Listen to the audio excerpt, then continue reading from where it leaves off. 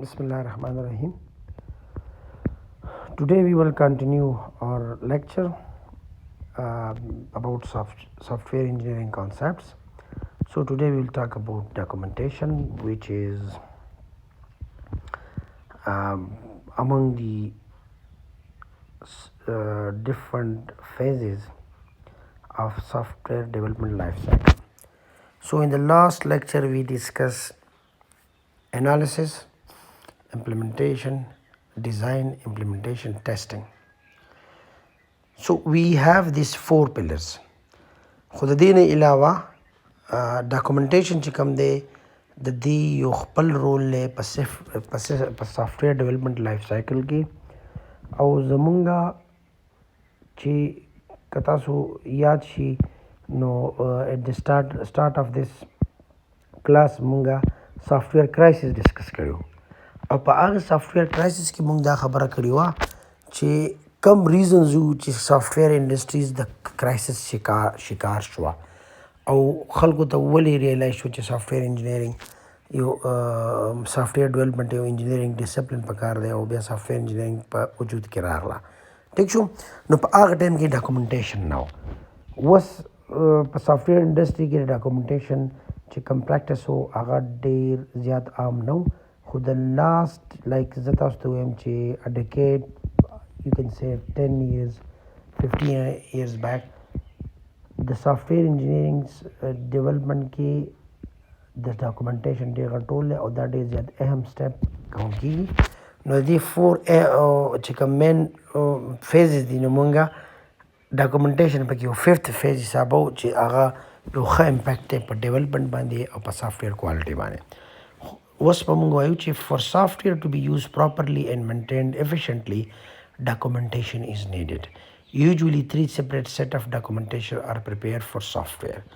user documentation, system documentation, and technical documentation. Documentation is an ongoing process. مونږ اوس دا خبره کوو چې د یو سافټویر چې ته وایې چې دا پراپرلی یوز شي او دا پراپرلی مینټین شي efficiently نو مونږ د هغې لپاره ډاکومنټیشن پکار دی اوس دا ډاکومنټیشن چې کوم دی زمونږ چې یو سافټویر جوړو مونږ هغې له به 3 separate set of documentation جوړو نمبر فرست ډاکومنټیشن به هغه به یوزر ډاکومنټیشن وي چې په هغې کې به د یوزر انفارمیشن مونږه هلته اویلیبل وي دویمنی به د سیسټم ډاکومنټیشن چې د سیسټم ډاکومنټیشن کې اویلیبل وي او ټیکنیکل ډاکومنټیشن د دې سیسټم چې کوم ټیکنیکل انفارمیشن دی او په هغه ډاکومنټیشن کې اویلیبل وي اوس دا خبره مونږ ولې کوو چې why we need documentation for software development reason is چې تاسو چې خپل سټډیز کمپلیټ کړئ نو بعضې سټوډنټس لاړ شي انډسټري سایډ ته بعضې لاړ شي اکیډیمیا ته انډسټري ته چې کوم سټوډنټس لاړ شي نو هغه به څه کوي they will do a development web development به کوي سافټویر ډیولپمنټ به کوي ډفرنٹ پروګرامینګ لینګویجز او ډفرنٹ پلیټفارمس کې به کار کوي نو تاسو بیسیکلی په سافټویر کمپني ته چې لاړ شئ نو په یو سافټویر کمپني کې په یو پروجیکټ کار کوئ نو هغه پروجیکټ تاسو لیټ سې جوړ کو او تاسو کلاینټ ته ډیلیور هم کو او یو کال پس تاسو هغې کمپنۍ کې جاب پرېښودی او تاسو لاړئ نو دین وټ هیپن خو د هغه کمپني خوي او کمپني خوي که نه او هغه کمپني چې کوم پروجیکټ د کوم کلاینټ دپاره جوړ کړی دا خو ته مطلب اینی ټایم هغو ته مطلب لایک بعضې د مطلب د کلاینټ او د کمپنۍ چې کوم اګریمنټ شي نو په هغې کې وي چې یاره یو کال به مطلب تاسو آفټر مطلب کلاینټ چې کوم سافټویر جوړ کړی ډیلیورډ کړی د هغې نه یو کال به سروسز درکوو 2 کاله به درکوو یا د هغې نه علاوه که هغو په خپل سیسټم کې څه دغه کوي نو هغې کمپنۍ ته وایي چې یاره به دې کې دا مونږ ایکسټینشن کوو یا مونږ له دا سافټویر کې چینجز وکړئ وټ ایور نو په هغې کې دا ده چې ته به په هغه کمپنۍ کې نه تا به دې کې لیټ سې په امپلیمنټیشن کې کوډ لیکلی دی نو بیا بل کس به ستا پسې نو که هغه بیا سبا ورځې په دغې سیسټم کې څه کار کوي نو هغه ته پته نه لګي چې په دې کوډ کې صحیح نو چې که ستا سره هغه سیسټم ډاکومنټیشن یا پراپر ډاکومنټیشن د کوډ پرو دي نو بیا چې ته په هغه کمپنۍ کې نوی کس یو بل کمپنۍ ته تللی او زوړ پروجیکټ کمپنۍ ډیلیور کړی د هغې کې څه چینجز راشي نو ته هغه ډاکومنټیشن ریډ کړي په سیسټم باندې پوه شي نو ډاکومنټیشن مین لاجیک دا دی چې وای وی نیډ ډاکومنټیشن فار سافټویر ډیولپمنٹ. ټیک شو پوه شوئ که نه جي. نو دغه یو مین خبره ده. لیټس ټاک اباؤٹ دی ډاکومنټیشن چې کوم د بله موږ دا خبره وکړه چې ډاکومنټیشن از انګوینګ پروسس دی. انالیسس کې په انالیسس فیز کې به د خپل سیسټم ډاکومنټیشن سیسټم ډاکومنټیشن چې کوم انالیسس سپیسیفیکیشن ډاکومنټ ته جوړ کړي هغه هم یو ډاکومنټیشن دی د انالیسس فیز. بیا په ډیزاین کې جدا ډاکومنټیشن جوړ شي، په امپلیمنټیشن کې په کوډ ټایم کې بیا ډاکومنټیشن جوړ شي. نو دیس از ډیفرنٹ د ټیسټینګ پورې به دې کې ډاکومنټیشن جوړ شي او تاسو دا وګورئ چې مونږ په کم فیز کې څنګه کار کړی دی او څه مونږ کړي دي. ټیک ده. نو هغه تاسو سره اویلیبل دي سیسټم باره کې او دا یو انګوینګ پروسس دی فرام انالیسس ټل امپلیمنټیشن still testing. You need to write the documentation about the software. User documentation. What's user documentation? User documentation means that to run the software system properly, the user need documentation, traditionally called a user guide. That shows how to use the software step by step. User guides usually contains a tutorial section to guide the user through each feature of the software. A good user guide can be a very powerful marketing tool. The importance of user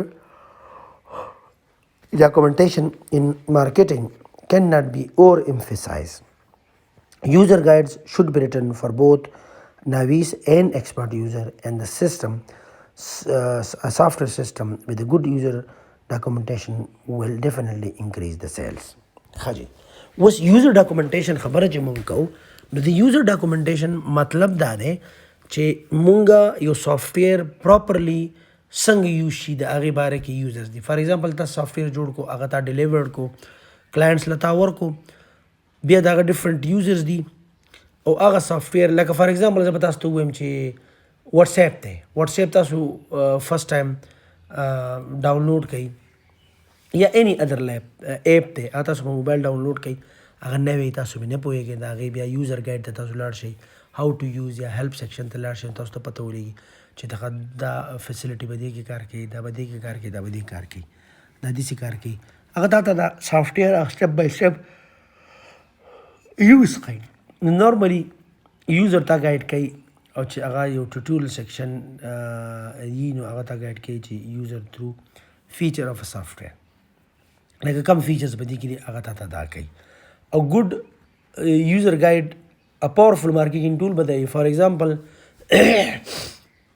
یو اپ دی هغه د کمیونیکیشن اپ دی یا مطلب چیټ دپاره یا وایس دپاره استعمالیږي نو چې کوم مطلب هغه یوزر ګایډ اساني یوزرز پې زر پوه شي نو هغه اپ زیات استعمالوي مطلب هغه اپ په زیات استعمالیږي. ټیک شو. نو ځکه موږ وایو چې a good user guide یا good user documentation is a powerful marketing tool for a software. ٹھیک ہے جی. بل موږ دا وایو چې یوزر ګایډ چې کوم دی هغه به یا یوزر ډاکومنټیشن به دوه قسمه لیکلي یو یي نارمل یوزر دپاره یو یي ایکسپرټ یوزر دپاره. ټیک شو. چې یو کس دی هغه ټیکنیکل کس دی. فار ایگزامپل بعضې زموږ سره لګوس فار ایگزامپل سټوډنټس دي هغه کمپیوټر ساینس سټوډنټ دي هغه مور په ډیټیل په ټیکنیکلی په کمپیوټر ساینس په سبجیکټ پوهېږي ایز کمپیرډ ټو تاسو لکه انګلیش ډپارټمنټ شو سوشیالوجي شو ادر ډپارټمنټ شو تاسو آی سی ټي بیسک لیول دپاره ګورئ چې یاره تاسو خپل کار پې وباسئ خپل تیسس کې تاسو اسایمنټ کې تاسو په سټډي کې هیلپ راکوئ د دې حده پورې تاسو په ډیټیل کې نه ځئ. ټیک دی. ښه بل موږ دا وایو چې سافټویر سیسټم with a good user will definitely increase the sale. فار ایگزامپل موږ د یوزر ګایډ دا خبره هم کوو لکه فار ایگزامپل یو سیسټم دی یو ټي وي دی نوی ایل ای ډي سکرین راغی د هغې سره تاسو باکس کولاو کړئ پای کې یو یوزر ګایډ پروت وي هغه یوزر ګایډ څه وایي چې هاو ټو یوز دیټ سیسټم هاو ټو یوز دیټ ټي وي په هغې کې فیسیلیټیز دي د هغې مطلب د چارجنګ د هغې د ریموټو د هغې ټول کمپلیټ هغه ډیټیل بیا تاسو هغه نوی مطلب چې کوم سیسټم یا مطلب کوم هارډویر وټ ایور شی مطلب الیکټرانیک دی هغه تاسو یوز کوئ خو دا خو بیسیکلي په سافټویر چې لیکي دننه خو پکې سافټویر وي نو په هغې بیس باندې لکه فار ایگزامپل نوی لیپټاپ تاسو والی په لیپټاپ کې هغه هر څه ډیټیلز لیکلي یا یوزر ګایډ نو موږ دا وایو یا تاسو موبایل والے نو موبایل کې دنه سافټویر یې کنه ایسا هارډویر بٹ اٹ رنز آن سافټویر نو د دې چې کم هغه یوزر ګایډ یې سره کوم اورو کې کتابچه راغلی هغه ته وې د باره کې چې دا فیسیلیټیز دي دا سپیسیفیکیشنز دي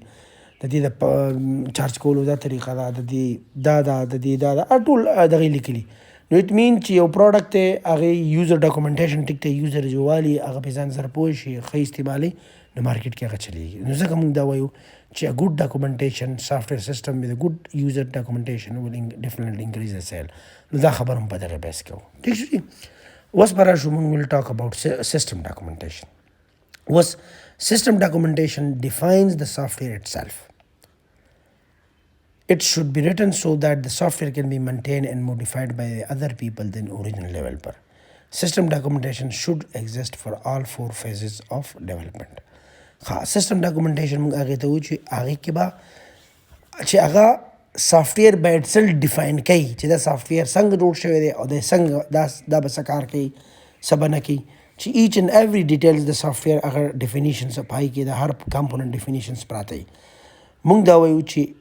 مونږ دا خبره کوو چې سیسټم ډاکومنټیشن ځکه پکار دی ځکه ضروري دی